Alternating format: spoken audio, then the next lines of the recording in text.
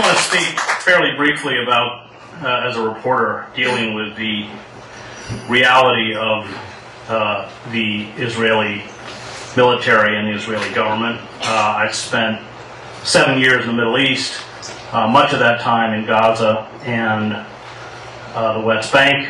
In fact, the first story that I covered was the Jordanian withdrawal from the West Bank, and did the whole handover in Gaza, return of Arafat, rise of Hamas. And I think one of the most frustrating aspects of this tragedy that's taken place is how the Israelis have consistently, since the first Intifada, refused to use non-lethal forms of crowd control against civilians. If you remember, in the first Intifada, there were virtually no weapons.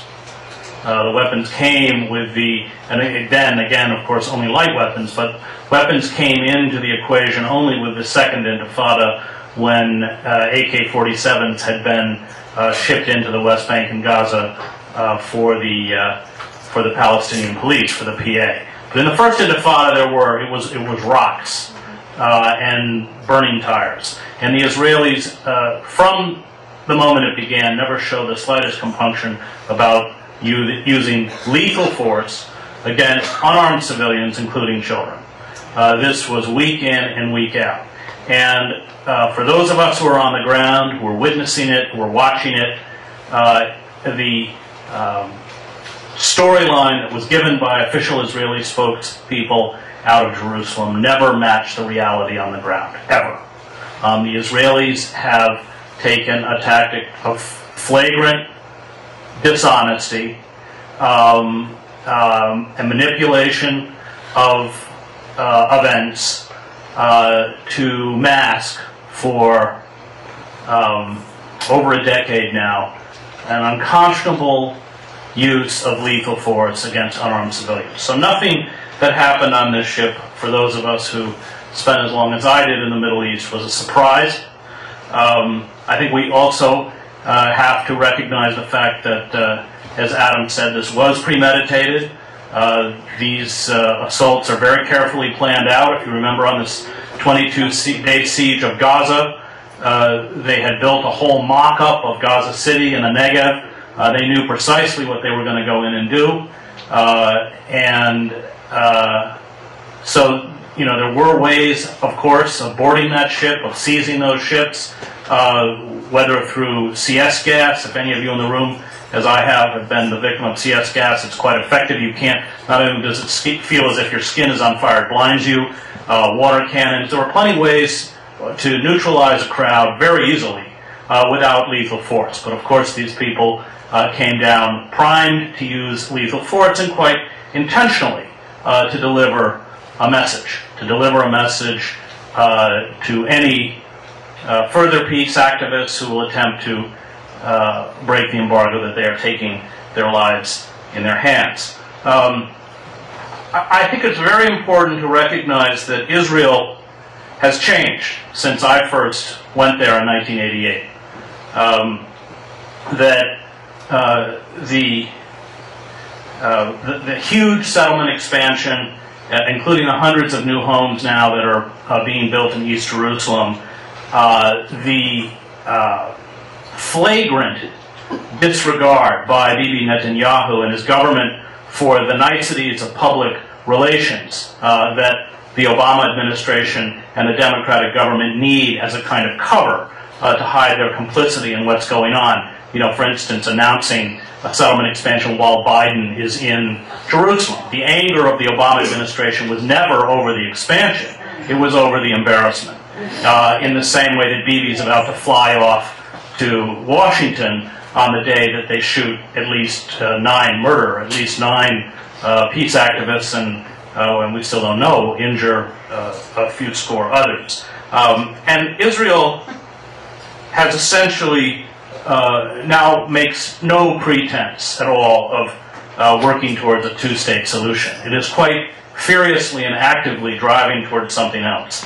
It has overtly become an apartheid state, and goals are no longer are built around any kind of rapprochement with the Palestinians. But the physical carving of the West Bank into ringed Palestinian ghettos, and the UN has actually made a map of those ghettos. When you match up the settlements with the ring roads, with the closed military areas, you have 8 Bantustans, 8 ghettos, completely surrounded by the Israeli military, which at the flick of a switch, and they will do it, will cut off all movement, all trade. And the object is to, within the West Bank, replicate the vast ghetto of Gaza. The pace of the building, about 40% of the land of the West Bank has of course been taken by the Israelis now, including most of the aquifers. I think at this point forces us to confront the very tragic reality that the scope of the Israeli infrastructure on Palestinian land cannot be reversed.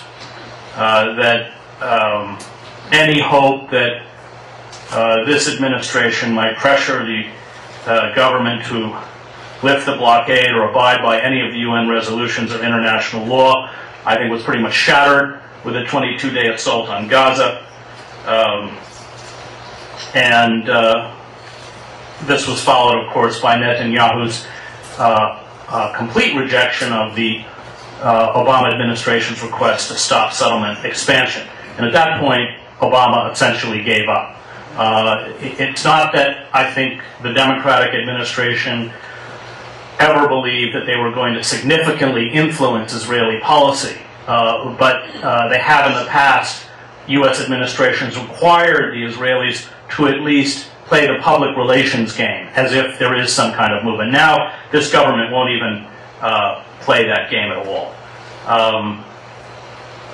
And what's happened is that the decision to tighten the blockade in Gaza, to seize this territory and create these ringed ghettos in the West Bank, is rapidly creating a deformed Jewish state in which you have a group of privileged citizens who are Jews who live with one set of rules and rights, and second-class citizens who, of course, are Palestinians, who are denied national and individual rights. And in this apartheid system, as it accelerates forward with less and less of a public relations veneer, Palestinians are being subjected to ever more humiliating, demeaning forms of control and repression, and increasingly ruthless acts of violence, which this attack on the flotilla illustrates. The goal of the Israeli government at this point is to orchestrate such acute misery and poverty in the Palestinian territories that they believe that they can either subdue or ethnically cleanse the Palestinians. And that, of course, they have driven the middle class. The middle class is pretty much gone from Gaza, and they have pretty effectively driven the middle class out of the West Bank.